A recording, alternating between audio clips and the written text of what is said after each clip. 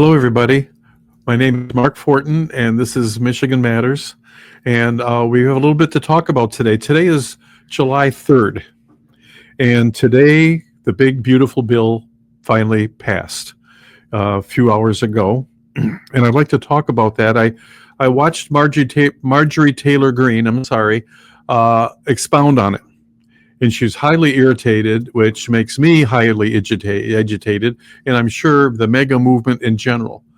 The people of the United States gave President Trump a mandate, which means Congress has a mandate to support his programs. And the biggest part of the programs, in my opinion, the U.S. Senate, run by the Republican majority. I know it's a slim majority, but it doesn't matter. There's a mandate here, and they should be passing his agenda. According to Marjorie Taylor Greene, they killed the sex change stuff. They're refusing to finance sex change operations on children and making it criminal. The Senate took that out of there. It's still legal to do all this profane stuff. Secondly, Medicaid and Medicare will now continue to be paid to illegals. Where does that come from? The Republicans could not unite behind that, but those same Republicans, like Mr. Massey, will complain about it adds to the deficit, but here's something that's saving countless millions. And they're all for paying that, though. See, it all depends. If you're giving money to foreign wars and you're giving money to foreigners, that's fine. If you do something to help Americans and make sure that Medicare and Medicaid is safe for poor Americans, oh, that don't count. That's no good, see. Also, the new green scam, the money's involved in that, is still there. It's nonsense. It's complete nonsense. They have a mandate. Now, Trump said, he threatened a number of days ago, I think he was thinking about Massey mostly at the time, but he threatened to primary Republicans that did not support it. Well, as far as I'm concerned, the ones responsible for removing these three items, they should be primaried. And now Musk, on the other hand, he wants to primary those who support it. This is kind of comical. Now, Elon Musk did a great service to the country. He exposed USAID. Now, USAID, I got something to say about that too. All those millions of dollars spent on shenanigans all over the world. Do you mean to tell me that all the Democrats and all the Republicans were ignorant to that money getting thrown all over the world, multi-millions and billions of dollars on nonsense? Bull. They knew what was going on. A lot of them did, at least. Maybe not all, but a lot of them knew. And I hope there's investigations there, because this has got to get corrected, ladies and gentlemen. Our own dang Republicans. I saw an interview, and look it up, because you should watch this interview between Tucker Carlson and Marjorie Taylor Greene. Approximately, this is Thursday. I would say it was Tuesday. It was this week. And she said, in so many words, she said that when she got elected to Congress in 2020, I believe it was, so her whole career of 4 years, pardon me, has been under Biden. And she was overjoyed when not only did Trump win, but we took the House and the Senate, and she thought, oh, we can really get things done now. Well, she was brand new, and now she's learning what I have learned over 30 years. Republicans are predominantly deadbeats, and they have no intention of supporting Trump. They're dragging their feet, biding their time. They consider him a bump in the road, and that you're going to get past it, and then we can go back to the glory days of sucking up all the money. Remember these people that wanted Donald Trump's IRS statements? Remember that? Oh, we got to find out where this guy made his money. Oh, blah, blah, blah, blah. Well, what about all these multi-million-dollar Congress people? They're paid less than $200,000 a year, but after 4 years or so, they're multimillionaires. Look at AOC, a barmaid, and now she's worth millions. Where does it come from? I know where it comes from. Kickbacks in USAID, kickbacks on $40 billion going to Ukraine, kickbacks here, kickbacks there. Must not be no kickbacks when they vote for something for the people. because, boy, they can spend it everywhere else. It's maddening. Also, I heard this, I'm sure many of you did too, but the parliamentarian, for some reason, in the Senate is a Democrat, and allegedly some of this was stripped from the bill from the parliamentarian. Who elected the parliamentarian? Again, the people of the United States made it clear we've had enough of wokeism, we've had enough of DEI, we've had enough of illegal immigration, we've had enough of this terrible spending and all this sort of thing, and we want to end it. By a huge margin. These Republicans, ladies and gentlemen, we got to primary them. We must maintain control of the House and Senate for Trump. We have to have the majority. But now is a season we're going to be approaching primaries. We have to find the best possible people and work to get them through the primaries and get rid of these incumbents that do nothing. We're going to be watching the Michigan House reps in Lansing, Lansing too, but nationally. We're going to start watching these Michigan reps and how they vote. I saw one of these charts that showed how they vote by percentages of conservatism or whatever. I'll get some more details on that. But the Michigan people don't score very high. And we got one for governor, matter of fact, that's got a terrible record, and he's running for governor now. So anyway, we're going to be watching those things.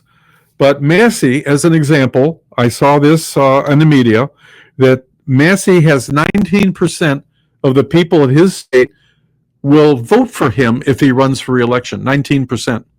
If Trump supports someone other than him in a primary, he only gets 14%. So when Trump says he's going to primary people or support people against some of these, it's going to work, because I don't think the mega people, or whatever you want to call it, to me, it's just average Americans that woke up and saw what's happening in their government. When they see and watch this theater going on in Washington, D.C., they are going to vote for new people. We have to find good ones, though. So we have to work for all that. Now, in other news that is basically national and not Michigan, but it affects us big time, is Jim Jordon is putting forth a bill in the House that will require everyone in Congress to be like the president. You have to be born in the United States to serve in the United States Congress, Senate and House. That's a fantastic bill. Any Republican that doesn't vote for that is not a Republican, pure and simple. You can stretch the definition as far as you want. They are not a Republican if they don't support this bill. So there should be a whole pile of co-signers on this bill. But that would solve some of our problems. At least we would not have enemies like that Omar and these kind of people in the United States Congress. So that's a very important bill. Now, one that's even better is Marjorie Taylor Greene's bill, who she already has full support of the president. Her bill is interesting. You got to think about this just a little. Every 10 years we have a census, and that census is to get a count of all the people living in America. It don't matter if you're a citizen or not. Now, they take that number, and that's how they come up with the number of Congress people, the number of districts. Michigan, for 20, 30 years, has been losing districts because our population goes down.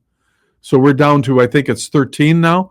When I started as a delegate in the mid-'80s, I think we had something like 18 or 19 U.S. House reps, and now it's down to like 13.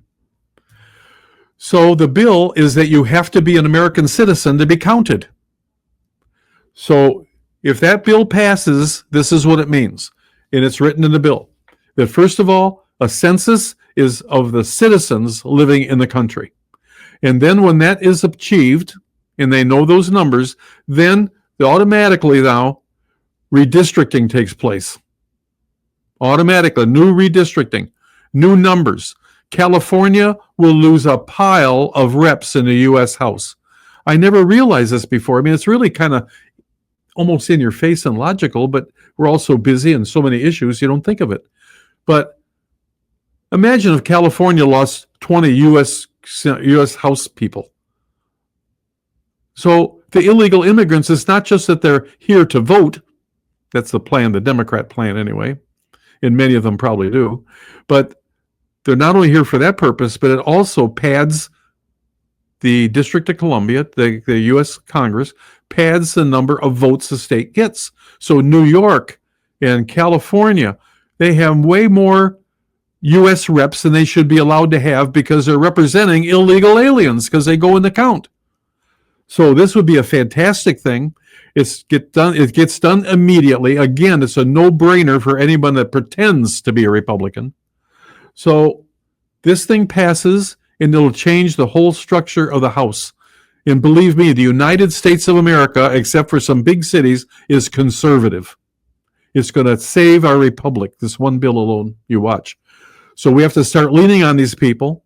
We need co-signers on Jim Jordan's bill and Marjorie Taylor Greene's bill, and we have to get this stuff pushed through the House and get it passed. Trump is I didn't hear anything about Jim Jordan's bill, although it sounds very Trumpian, but Marjorie Taylor Greene already has the support of the president, so that's fantastic. So my last thing I'd like to talk about, other than wishing you a great 4th, is Ted Nugent. We all know Ted Nugent. He's a Michigander, right?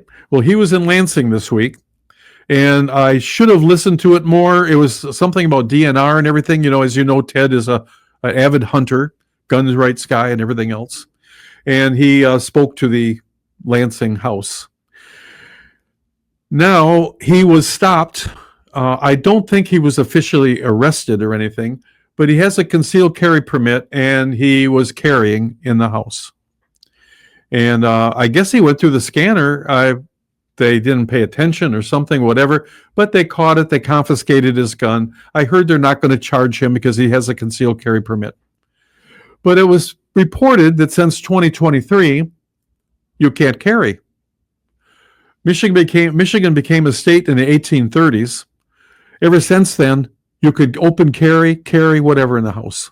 There's never been an incident in the Michigan Capitol because of someone carrying guns. In fact, in the 1960s, there were Black Panthers that walked in there with rifles, and they never did anything, just walked around. So Michigan has always been technically an open carry state. It's very easy if you got a good record to get a concealed carry permit and that kind of thing. I was there 4 years ago, and I had not been in the Capitol for a number of years. And I walked into the Capitol. It was an event outside. People were open carrying and things like that.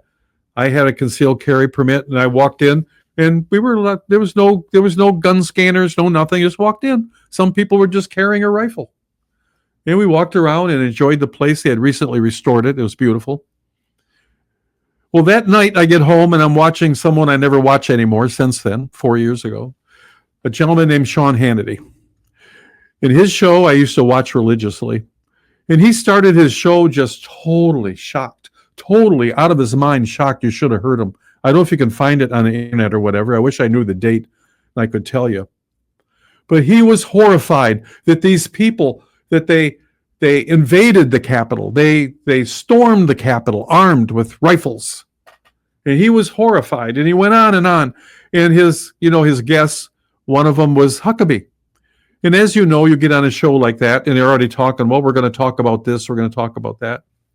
You could see that Huckabee was baffled and blindsided, did not expect it, because Hannity, in his typical fashion of talking for a half hour before he asks you a question, he was horrified with Huckabee. Can you believe what they did in Michigan and blah, blah, blah? And Huckabee's kind of standing there looking at him like, what the hell's you talking about? Anyway, shortly after that, guess what? Michigan passes a law in 2023. Can't carry a gun in the Capitol. Now, I was just talking to Sheila about this. The things we face today, if they make the Capitol a gun-free zone, it's not the worst thing we face today, okay? So maybe some people may say I'm being petty. I don't know. But if you want to have a disaster, you make the area a gun-free zone, first of all, so that the lunatics know they're safe. And it just irritates me that this great big hero conservative, right? This great big hero conservative is the catalyst that took away our gun rights in Michigan, because he was so horrified. He pointed out that I got a concealed carry permit. He's really proud of that. But being a New Yorker, you probably have to be a multimillionaire to get one. Whereas in Michigan, you and I can get one if you've got a good record. But anyway, I wanted to point that out because I'm kind of sick of these so-called conservatives. Like, I just hit the desk. You hear that? anyway,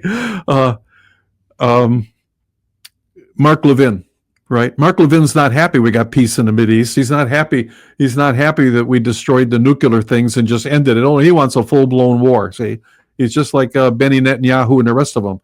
And these guys, they all want to go to war, go to war, go to war. Well, we don't. Trump is working hard for peace in the world, and I think he's going to be pretty successful overall, although the world is a hell of a place. Now, anyway, I want to wish you all the happiest 4th of July. Now, this is our 249th 4th of July, commemorating the signing of the Declaration of Independence. If you go to michiganmatters.org, you can spell out Michigan or put mimatters.org, and you can sign up for our newsletter. And in our newsletter, I have a letter about the 4th of July with a quote from Thomas Jefferson. In 1825, he described the thoughts behind the Declaration of Independence. We've had a lot of people die in the last 200 and almost 50 years, and let's hope and pray that next year, our 250th year, is a lot better. If we can get the Republicans to support Trump 100% like they ought, we will have a lot accomplished before we celebrate this wonderful holiday again. I hope you and your family, you have a wonderful day tomorrow. The weather in Michigan, I think, is supposed to be really good for a change. And I hope you have a really blessed day. And try to think of all the things that got us here. And God bless you all. God bless America and Michigan. Thank you.